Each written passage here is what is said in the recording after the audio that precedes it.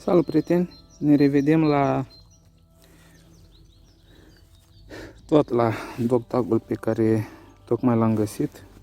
După cum probabil vedeți, mai bine acum, l-am curățat. Din păcate n-am putut să-l păstrez întreg pentru că, vedeți aici, îndoitura era chiar pe una din găurile prin care trecea șnurul sau lănțișorul cu care era prins la gâtul militarului. Deci cum ar fi, asta este partea de deasupra și prin astea două găuri, aici era bucla șnurului sau a lănțișorului, venea rămânea la gâtul soldatului care cădea. Deci în caz că murea în luptă, această plăcuță rămânea la gâtul soldatului, această jumătate. Cealaltă era ruptă și păstrată pentru evidențele militare. După cum vedeți, stați,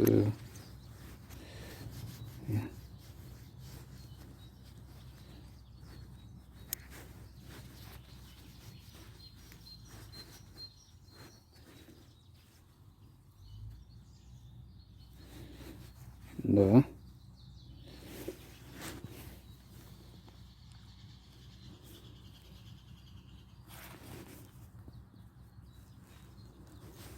Cum vedeți, aici apare scris MATR, adică numărul matricol de evidență al soldatului. 1100, prima dată am crezut că este 1111, dar de fapt este 1116. Contingentul 1944, deci probabil că unul din ultimele contingente încorporate înainte de 23 august 1944, deci contingentul 1944 și aici scrie, vedeți, nu știu dacă se vede bine, dar uitați, regimentul 7 R.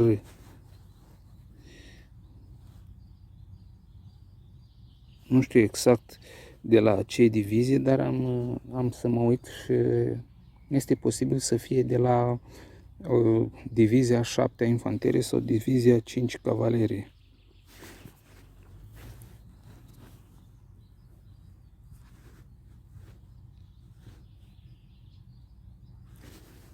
Deci numărul matricol 1116, contingentul 1944, regimentul 7 R, probabil România sau inițială, nu știu, vom vedea.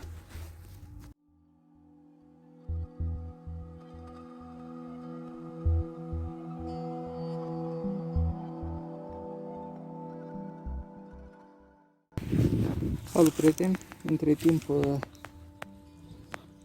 am studiat un document, bineînțeles online, și am aflat că, deci, cel mai probabil această plăcuță, acest dog tag, aparține regimentului 7 roșiori din divizia 5 cavalerie. Deci cumva se confirmă prin acest dog tag și pe aici, prin zona luptată în apărare, alături de divizia 7 infanterie și divizia 5 cavalerie.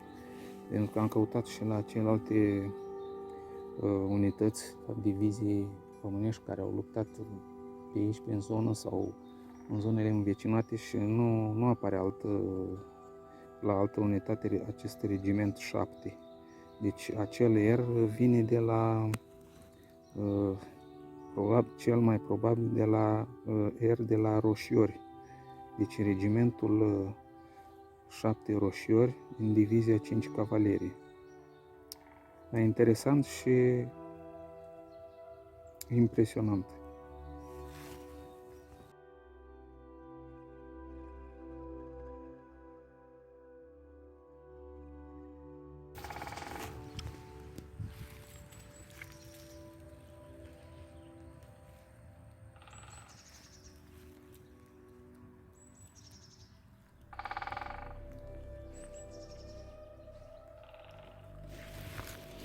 Salut, prieteni! Ia uitați la ce ne revedem. Foarte interesant. Deci, destul de aproape de suprafață. Recunoașteți? Acesta este, sau mai bine zis, a fost un încărcător de la mitraliera ușoară ZB30 în dotarea armatei române. Foarte interesant. Deci asta este partea care intra, deci poziția încărcătorului era așa, aici intra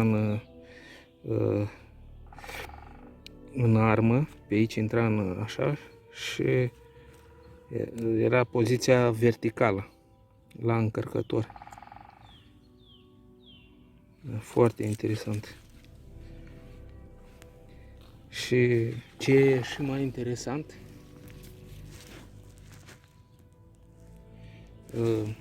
vedeți, deci aici am găsit încărcătorul și ia uitați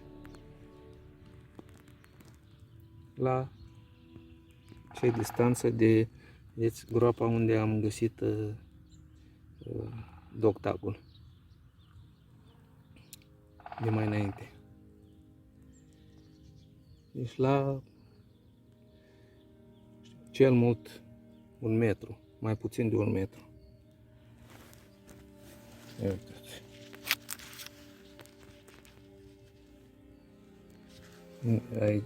Este îndoit, este boțit, se vede cel mai bine aici. Probabil a călcat pe el cu ceva, cu cine știe ce a fost atunci. Bine, ce a fost știu că au fost lupte, dar e interesant și impresionant în același timp. Uitați urma cum a rămas întipărită pe pământ.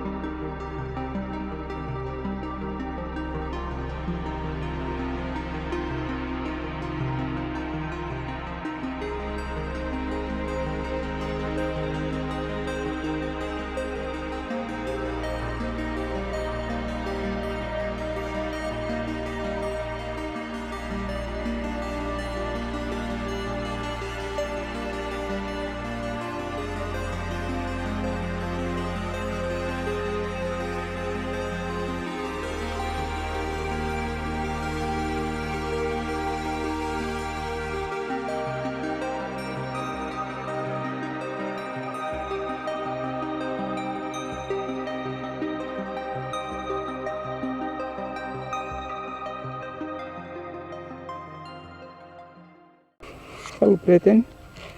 Uitați la ce ne revedem. Poate o să ziceți iar un tub de 7,92 Mauser, dar după cum vedeți, cel puțin ultimele 3-4 tuburi de cartușe pe care le-am găsit pe o suprafață de, uitați, așa și încolo puțin, cam de, știu eu, hai 10 metri pătrați maxim, dai mult. Și de ce m-am oprit la acest tub care l-am găsit acolo? Pentru că, ia uitați, e ceva mai deosebit. Foarte probabil tras tot de o pușcă. Vedeți la headstamp 12 o'clock SB, adică Sellier Belot 1925, deci 1925, iar litera, vedeți la 6 o'clock, litera P, slavă. Deci varianta slavă a literii P, aici jos.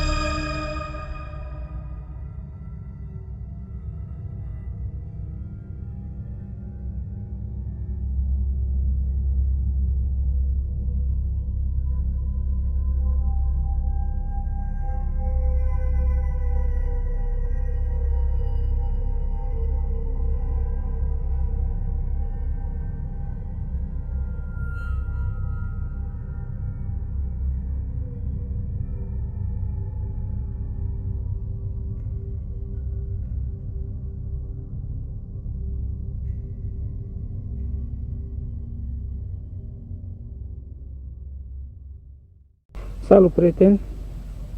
După cum ați văzut,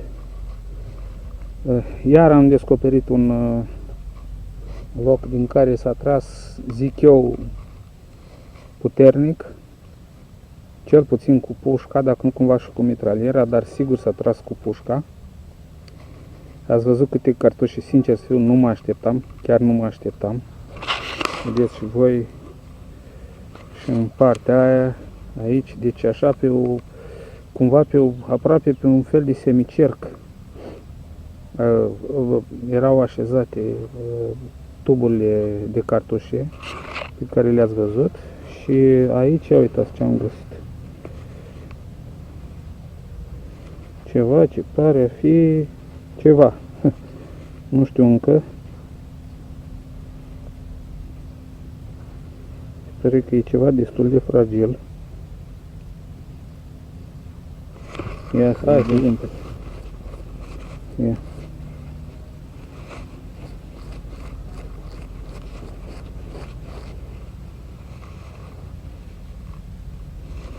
Cred că este o decorație. Tare, cred că este o decorație, dar n-am să o mai curăț cu perea de sărmă de alam, am să curăț cu asta, cu perea de plastic. Foarte interesant. N-am mai văzut așa ceva.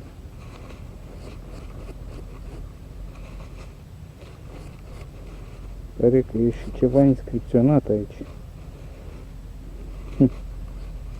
Cred că aici a fost un ac din ala, un pin, sau cum se spune, cu care era prinsă probabil asta, decorația asta sau ce-o fi fost.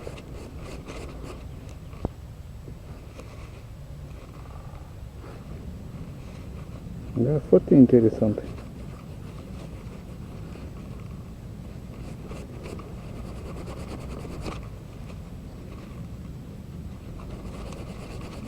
Deci, practic, pot să spun în același loc cu tuburile de catușe pe care le-am găsit. Vedeți, pe unde am mai săpat, unde am găsit tuburile, iar acolo obiectul ăsta, care pare să fie o insignă, ceva, nu știu, nu-mi dau seama. Am să o curăț mai bine și vom vedea dacă putem distinge ceva. Salut, prieteni! Am revenit la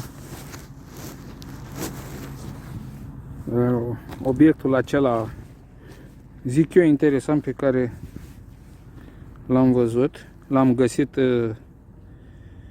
mai înainte. Ia uitați.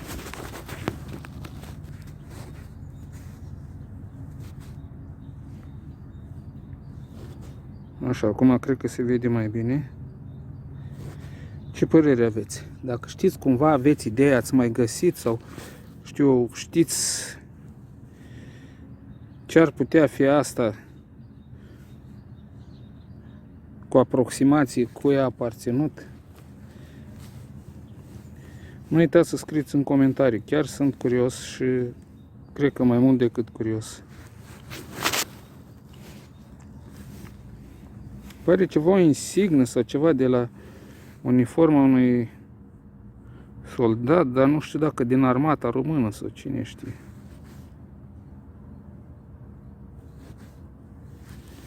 Iar pe spate vedeți cam ce apare. Aici pare să fi fost ceva, știu eu, cu care era prins insigna asta sau ce-o fi fost, de uniformă sau de un chipiu, cine știe. Știți ce cred eu acum am observat? Parcă se vede mai bine.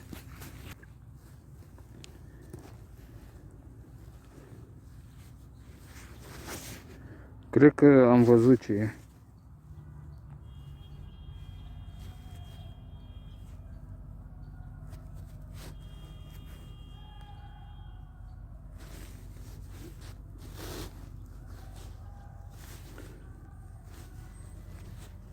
Dacă vă uitați cu atenție, aici, deci este un vultur cu coroana pe cap, cu aripile desfăcute și aici coada probabil sau ceva, un model aici, unde ar trebui să fie coada și aici ghearele.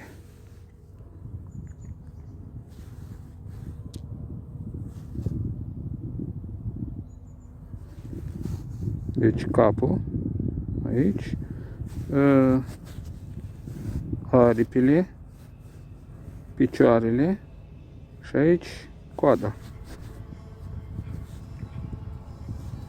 Deci ceva, un semn, un blazon, un semn ce ține de regalitate.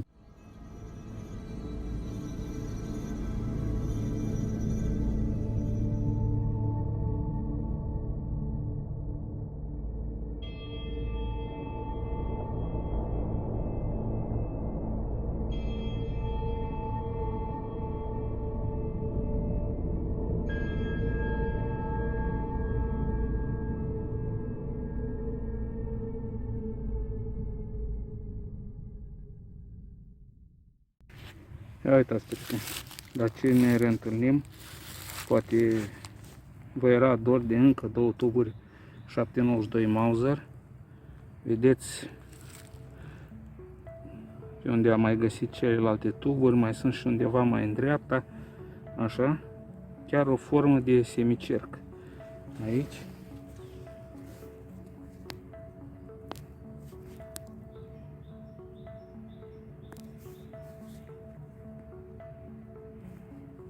Da, deci, cum spuneam, a fost o poziție de tragere de unde s-a tras puternic.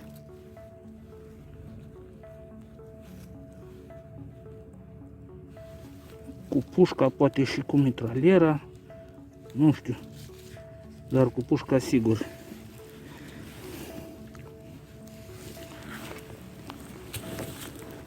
După cum observați, într-adevăr sunt două tuburi 792 Mauser. După toate aparențele trase de o pușcă, probabil ZB VZ24